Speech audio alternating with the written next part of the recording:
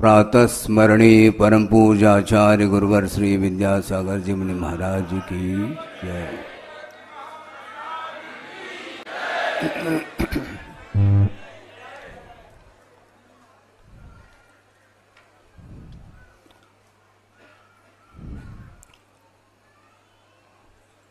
आप लोगों ने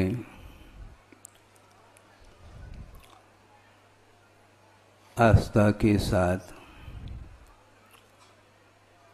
मनोयोग के साथ, भक्ति भाव के साथ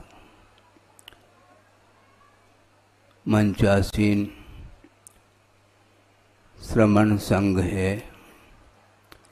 उनमें जिन जिन महाराजों ने अपने हृदय के उद्गार गुरुदेव की आज्ञा के अनुरूप उनके प्रति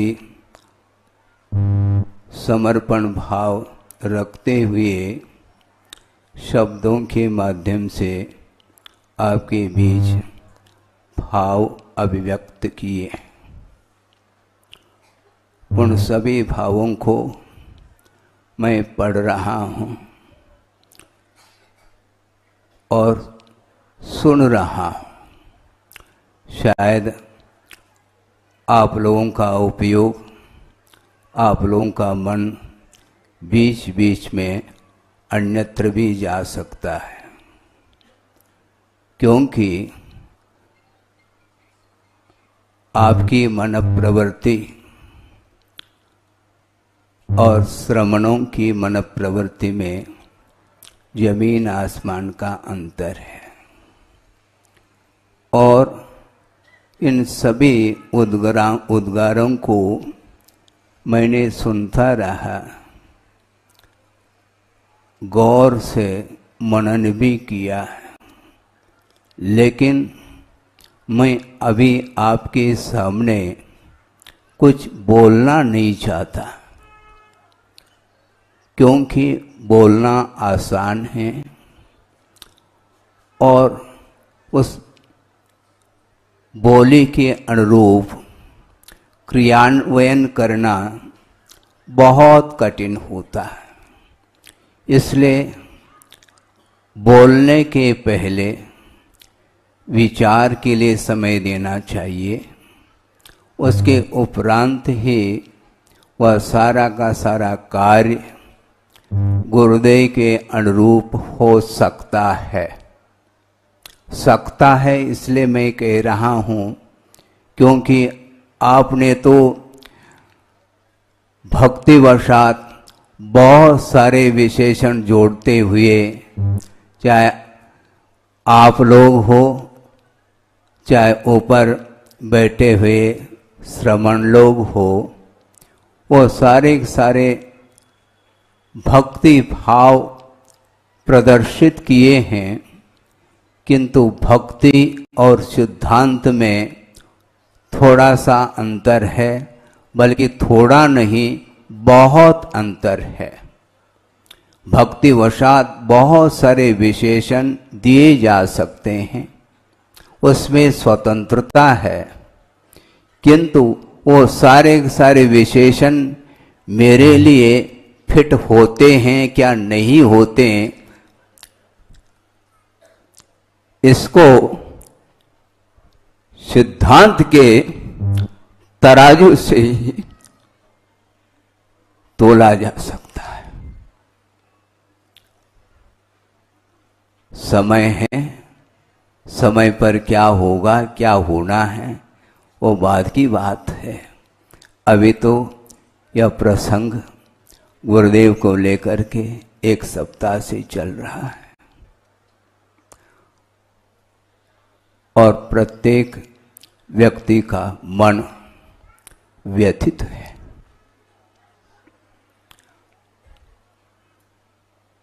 और बोलने के लिए जब मन करता है तो शब्द नहीं मिल पाते।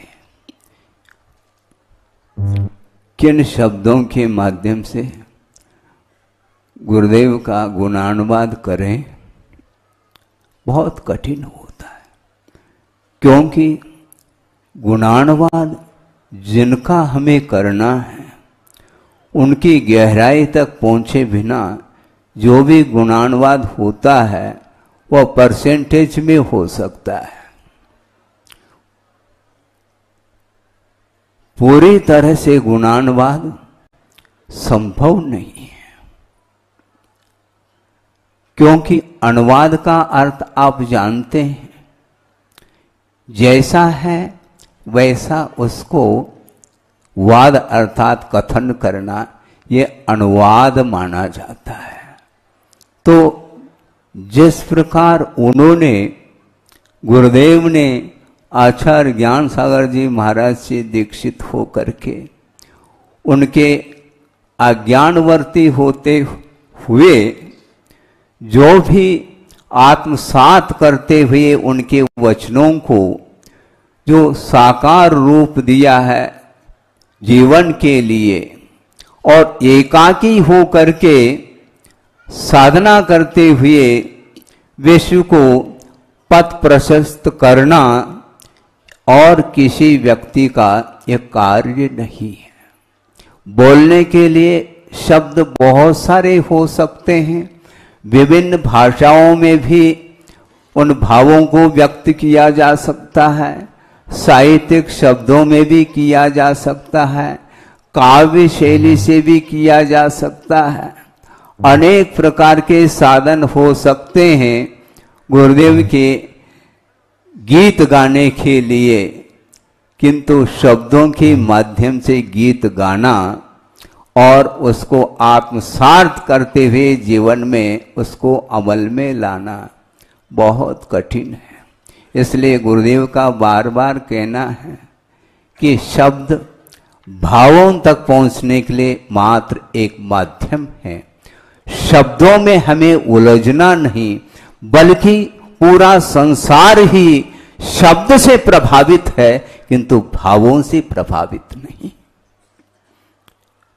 भावों तक पहुंचना खेल नहीं है, क्योंकि भावों तक वही व्यक्ति पहुंच सकता है जो अपने जीवन में उन शब्दों को आत्मसात करते हुए, आज्ञा का पालन करते हुए, चाहे वह प्रत्यक्ष हो चाहे परोक्ष हो, तो उस व्यक्ति का जीवन ही विकसित हो सकता है और आत्मा की उन्नति भी हो सकती है और आत्म शांति भी प्राप्त हो सकती है।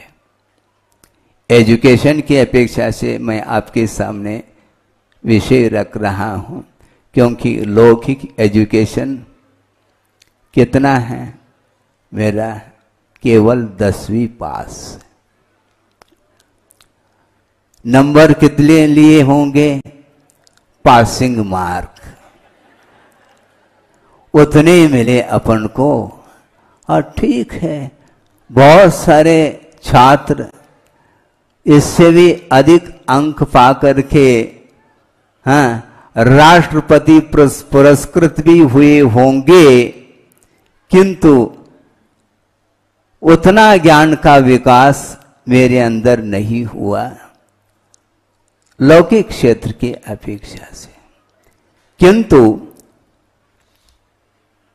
आप आगम को खोल करके उसको पढ़ने का प्रयास करेंगे। ऐसे भी जीव इस संसार में हुए हैं जिनके पास द्रव्य स्रोत नगण्य हैं। ऐसे कौन से महाराज होंगे? महाराज एक आध कोई एग्जाम्पल? हाँ, शिवभूति मुनि है, जिसका उल्लेख शायद कुंद स्वामी ने अष्टपौड में किया, जिनके लिए नमोकार मंत्र का भी ज्ञान नहीं है, किंतु पंच परमेष्टि के प्रति आस्था के जो भाव हैं वह कूट कूट करके भरे हुए हैं उनके अंदर। इसलिए एक सामान्य कोई भी प्रसंग देखने को मिलता है, वह भी उनके लिए सूत्र का काम कर जाता है। कई लोग कहते हैं महाराज कोई सूत्र दे दो, हम कहते हैं मैं क्या सूत्र दे दूं, पूरा तत्वार सूत्र है, कोई भी सूत्र का प्रयोग कर लो।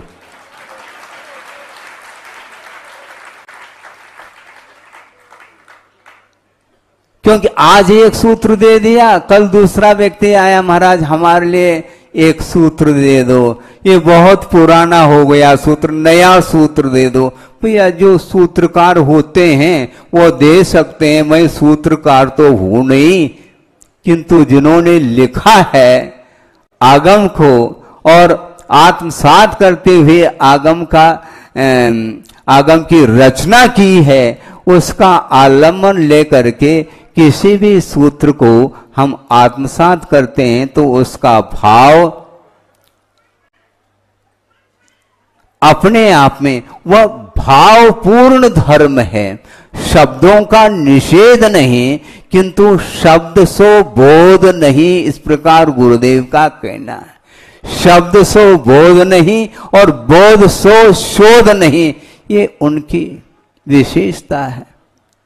हाँ, शुरुआत का एक प्रसंग आपके सामने रख रहा हूं।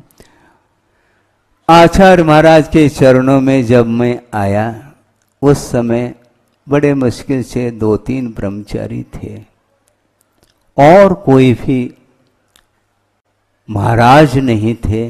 आचार्य महाराज थे और एक छुल्लक जी थे और 2-3 महाराज थे। और उस समय ब्रह्मचर्य अवस्था में मैं रहा उनके चरणों में, क्योंकि उन्होंने स्थान दिया इसलिए रहा। हाँ, बहुत बड़ी बात हो गई। जब तक ये देखिए आप, आचार्य महाराज की निरीहता यहां पर देखने को मिलती है। आचार्य महाराज के दर्शन के लिए आए, सन 75 की बात है। आचार्य श्री के दर्शन करके, बहुत छोटा था उम्र की अपेक्षा से, और सभा में मैं भी एक कोने में बैठा था और सभा के लिए संबोधन दे रहे हैं, वो व्यक्ति विशेष के लिए नहीं। जब तक बिना ड्रेस चेंज किए उनके प्रतिदिन दर्शन के लिए जाता था और प्रवचन अधिक सुनने के लिए बैठ जाता था, किंतु कभी भी उनकी दृष्टि मेरी ओर नहीं हुई। दर्शन करने के लिए गया, सामान्य है, सामान्य है। जैसे अभी सभा बैठी है और आप सुन रहे हैं, किसी व्यक्ति विशेष को फोकस करके कोई चर्चा थोड़ी की जा रही है, सामान्य रूप से देशना प्रवचन दिया जा रहा है, उसी प्रकार वो दे रहे हैं। एक दिन भी उन्होंने मेरे साथ कोई वार्ता नहीं की, किंतु जिस समय यह अवसर आया आजीवन व्रत, ब्रह्मचर्य व्रत लेने का, और उस समय ड्रेस परिवर्तित हो गया, तो जो सीनियर ब्रह्मचर्य लोग थे उनके लाइन में बैठ गया। तो उस दिन से मंगलाचरण प्रारंभ हुआ। हाँ। क्यों ऐसा? ऐसा ही है। जब तक फॉर्म नहीं भरेंगे तब तक एंट्री नहीं है स्कूल में, ये ध्यान रखो। उसी प्रकार की स्थिति थी और मंगलाचरण प्रारंभ करके, और अभी भी ध्यान है मुझे महावीर जी में कि पंचायत इकाई को लेकर के उसका मंगलाचरण उन्होंने कराया है। पंचायत इकाई का स्वाध्याय कराने की दृष्टि से नहीं, किंतु मंगलाचरण के अपेक्षा से उसको रखा और उच्चारण कराया। लगभग मुझे अभी तक स्मरण में 8-10 बार उच्चारण किया होगा। ठीक से उच्चारण करो, तो हमें ये मालूम ही नहीं है कि ठीक क्या और सही क्या। जैसा मुख से उच्चारित होता गया उनको मालूम हो गया, अब ये धीरे धीरे इनको आएगा। अर्थ ये है कि उस समय एजुकेशन 10वीं पास था और वो भी मातृभाषा कन्नड़ है और एजुकेशन मराठी मीडियम से हुआ था। वो सब जानते थे। इसके उपरांत भी उन्होंने संघ में प्रवेश दिया है, इसमें कोई तथ्य होगा। वो ये है कि लौकिक शिक्षण अलग वस्तु है, किंतु भीतर के जो भाव है उसको वो पढ़ा करते थे। उस समय मेरी हालत ये थी कि अंगूठा छाप, इतना ही नहीं, वह अंगूठा कहां पर छापना ये तक दिमाग में नहीं। इसके उपरांत भी उन्होंने शरण दे दिया, भव भवांतर में नहीं भुलाया जा सकता।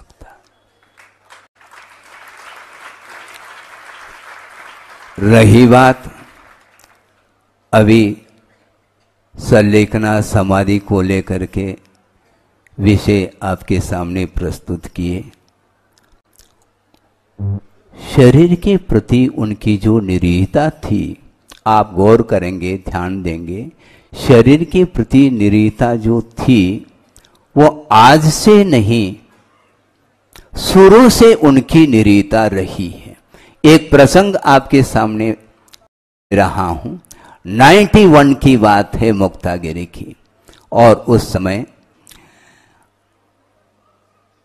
आहार के लिए, आहारचर्या के लिए निकलने का समय हुआ था, घंटी बज गई थी और आचार्य महाराज शुद्धि कर रहे थे और उनके पास 2-3 महाराज और थे, उसमें मैं भी था। उन्होंने सहज रूप से कहा कि देखो